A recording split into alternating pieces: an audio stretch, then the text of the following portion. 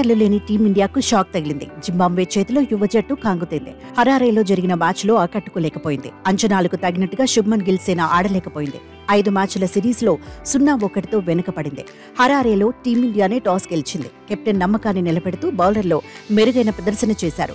ఆరంభం నుంచి జింబాబ్వే బ్యాటర్స్పై ఒత్తిడి పెంచారు. దీంతో ఆతిథ్య జట్టు 74 పరుగులకు సగం వికెట్లు కోల్పోయింది. ఆ తర్వాత కూడా భారత బౌలర్లు కట్టుదిట్టంగానే బౌలింగ్ చేశారు. వికెట్ల వేటను కొనసాగించారు. చివరకు జింబాబ్వే 20 ఓవర్లలో 9 వికెట్లు కోల్పోయి 115 పరుగులు సాధించింది. క్లైవ్ మదండే 29 పరుగులతో టాప్ స్కోరర్గా నిలిచాడు. నాటౌట్గా ఉన్నాడు. డియాన్ మయర్స్ 23, వెస్లీ మధ్వేరే 21, సికిందర్ రజా 17 పరుగులు సాధించారు. భారత బౌలర్లలో రవి బిష్నోయ్ 4 వికెట్లు తీశాడు. 4 ఓవర్లలో 13 పరుగులు మాత్రమే ఇచ్చాడు. వాషింగ్టన్ సుందర్ 4 ఓవర్లలో 11 పరుగులు ఇచ్చి 2 వికెట్లు దక్కించుకున్నాడు. ముఖేష్ కుమార్ 3 ఓవర్లలో 16 పరుగులు ఇచ్చాడు. 1 వికెట్ సాధించాడు. ఆవేష్ ఖాన్ 4 ఓవర్లలో 29 పరుగులు ఇచ్చి 2 వికెట్లు తీశాడు.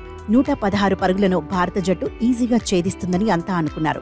గిల్ సేనకు తిరుగుండకపోవచ్చు అనుకున్నారు. కానీ టీమిండియాకు ఆరంభం నుంచే దెబ్బ మీద దెబ్బ తగిలింది. అరంగేట్ర ఆటగాడు అభిషేక్ శర్మ నిరాశపరిచాడు.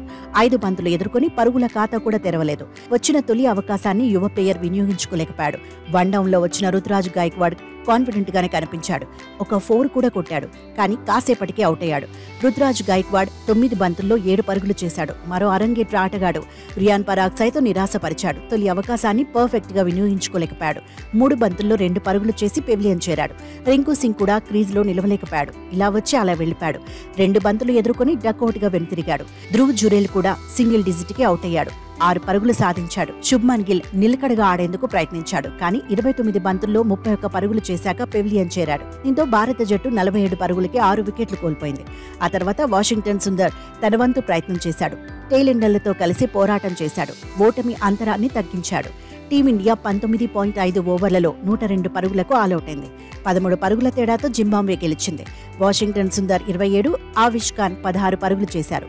3 వికెట్లు తీసి జింబాబ్వే విజయంలో కీలక పాత్ర పోషించిన సికిందర్ రజాకు player of the match award దక్కింది.